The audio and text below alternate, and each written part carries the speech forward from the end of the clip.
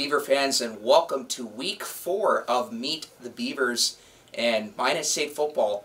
They're 3-0, continuing on a fast start, one of their best starts since 2002. And let me tell you, man, the Beavers, they're rolling right now, and a lot of exciting things with them at this time happening, and at the Herb, on the road, you name it. I'm your host, Cole Clementich, back for another episode. And for you guys today, we got a little hometown, home cooking sweet treat here for you folks. The Will family tradition continues as there's a new J. Will in town. He's a stalwart on the defensive line. Josh Will joins us here today. Josh, good to have you on board, man. How you doing? Thanks for having me. I'm honored to be on. I'm doing great. Awesome, Josh. So, yeah, just kind of talk about, we'll discuss homecoming, a big 17-14 win against Northern State. Not your typical game compared to the first two contests, but you guys were able to hang in there, battle back, a gutsy performance. Just kind of tell us, how awesome was it to be a part of that homecoming atmosphere? Yeah, that was a great team win. Like you said, it was a little more low scoring, kind of a slugfest for us, and we knew it was probably going to be a battle going in. But yeah, just a great win, we're grateful for our fans that came out. It was a great atmosphere at the Herb, and you can just feel the excitement on campus, the excitement in the community, and on the team at the start to the year. So, well, that's a lot of good home cooking right there, Josh. You had a good performance out there on the gridiron. We'll get more into that here in a second, but to be a part of this group, building something special with Coach Shields at the helm. Again, I mentioned first time you guys started 3-0 since 2002. To be trailblazing this type of season, what does it mean to you and for the team to have it this way? Yeah, for me it means a lot. Obviously because I've lived here my whole life, and so I've been a Beavers fan since day one. And so to kind of go through the evolution of the teams that we've had, and finally be a part of a winning start is a blessing. And yeah, it's just a testament to Coach Shields, the entire coaching staff, and the culture that we've kind of started to develop here. So yeah, Coach Shields called this the biggest win in a long time. What does that mean for this Beaver squad? And quite frankly, that statement carries a lot of weight if you think about it. Yeah, I mean, like you said, it's been a number of years since we've had this kind of start in the D2 era, and so I think it's just a great thing for our community and our team. Oh yeah, and we'll get back to more on the gridiron soon here, Josh, but we were just talking pre-show that you're an accounting major. Tell us a little bit about what you do there and what kind of classes you take as we get to know you on this new episode. Yep, so I'm going into accounting. This is my third year in school, so I'm just kind of starting to get into the intermediate level classes, some of the more challenging ones, and just kind of getting a taste for that. So that's been going well, and all is well there with classes. Nice. And besides football and classes, did you do anything else to celebrate homecoming at all? Not too much. I was pretty busy with football. Just some time spent with my family. They're all able to make it out for the game, nice. So that was really fun. And any other, any other particular activities that you like to do on campus? I know MSU Life is always a big. It feels like a festival every time. Do you have any favorite events there? Yeah, they're really good at putting on events. Lots of them throughout the year. I'd say my favorite one would probably have to be the car bingo that they do. Beat bingo, yeah. That's coming up actually on Sunday. Yep. So I'd say that's probably my favorite one. No, awesome. We'd love to hear that, Josh. And MSU Life, they do a lot of great stuff in and around campus. If you guys get the chance, check it out. And Beat Bingo this Sunday. I actually know that off the top of my head, 5 p.m. I think I might be helping with that event. So yeah, be sure to check that out there. But Josh, before you got here, Bishop Bryan Catholic School was your stomping grounds. You were a multi-sport athlete, even played at the Herb and the Dome. Was it easier for you to join MSU that way? Did that just kind of help in the recruiting process? And what's it like being close to the school?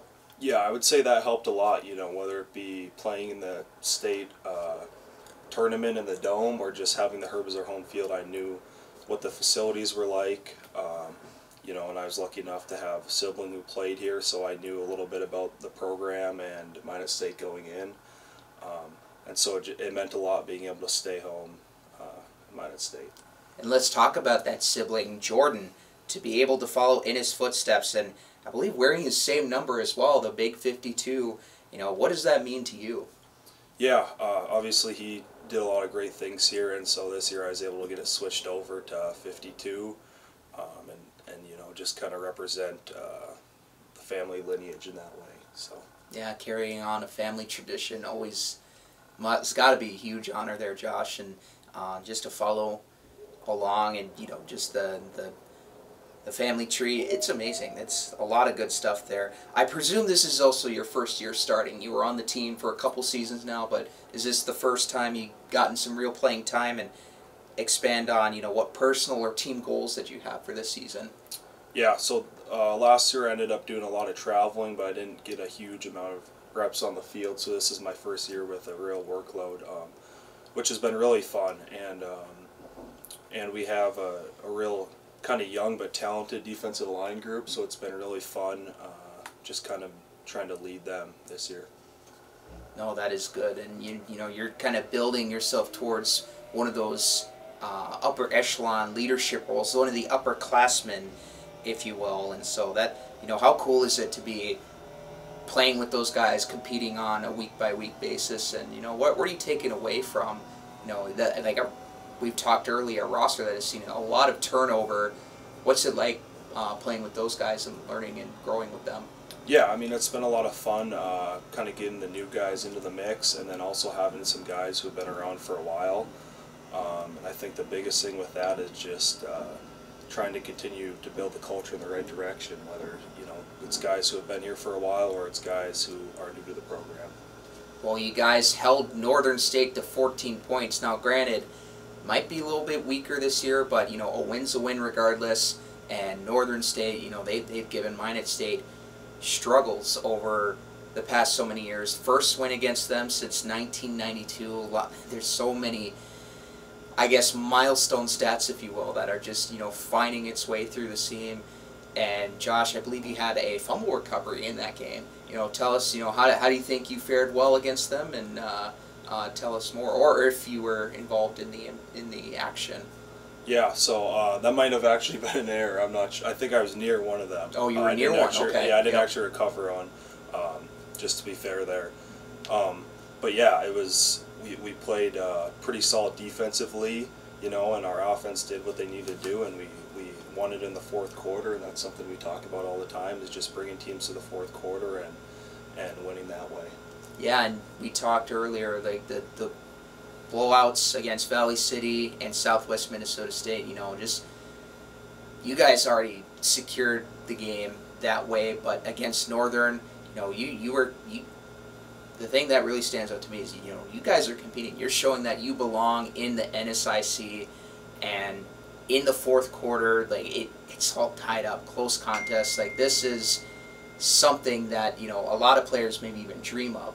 And so to see what was it like for you to watch the offense drive down the field and get the game-winning field goal, and then you guys able to finish it off on defense? Yeah, that was awesome. Obviously, as a defense, our mentality is we always want to be on the field at the end of the game to win the game. So we got that opportunity, but it was an unbelievable feeling to finally beat Northern after not beating them in school history. So it was awesome. I think everybody was really excited about that. Yeah, I mean, it was busy for us that weekend, homecoming. We got to give you guys your flowers. That's the Coach Shields said it's the biggest win in a long time, and a lot has to be said about that, and give props to you guys giving your flowers. And yeah, I mean, like we've said, Northern State, they've given you guys a lot of hiccups, so that is a very, very good contest, very good output for you guys.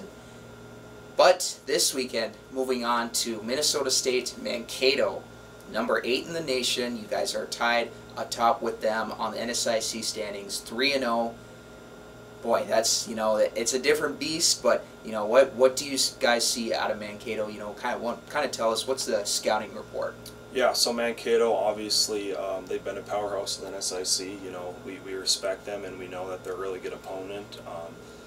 From our defensive side of the ball, I know that they really want to run the ball offensively, so that's going to be a big thing. and then on the offensive side, they just got to do their thing and take control of the game and keep our keep our defense off the field and convert in the red zone. So. No, I like it. Yeah, and then I read that Mankato was at least 200 plus in passing yards and rushing yards per game. So it's going to be a tough challenge, but I'm sure a welcome one for you guys.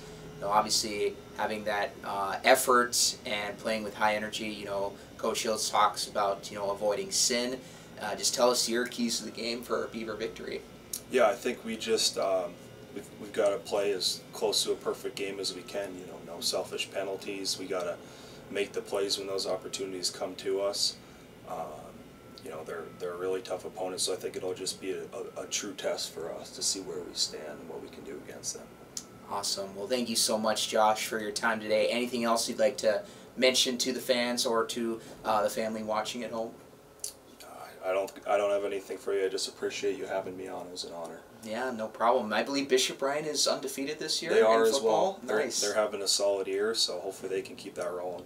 Yeah, big shout out to the Lions. They're playing some really good football right now, and hope to see them in another deep postseason run that ends in a state championship, Josh. Yeah, so absolutely. Yeah, making your school proud, and I'm sure the school is the football team's making you proud as well. So, but yeah, thank you so much for being on Meet the Beavers today, and yeah, we wish you the best of luck this weekend against Mankato. Appreciate it. Yeah, there you have it, folks. You just heard defensive lineman Josh Will following in his brother Jordan's footsteps, and after a big homecoming win, a lot exciting things happening again around Minot State Athletics, Minot State campus, and getting to know Josh a little bit more after the win. 3-0 start for the Beavers. They go on the road this weekend to Mankato. It's going to be a tough task, but a welcome one at that the Beavers will ensure themselves there ready for the task at hand. But we want to thank you all for tuning in to watch this latest edition of Meet the Beavers. This has been week 4. We'll talk to you after Minot State is done with MSU Mankato with the next guest in the upcoming week. I'm your host, Cole Clementich, signing off. You guys have a good rest of your day.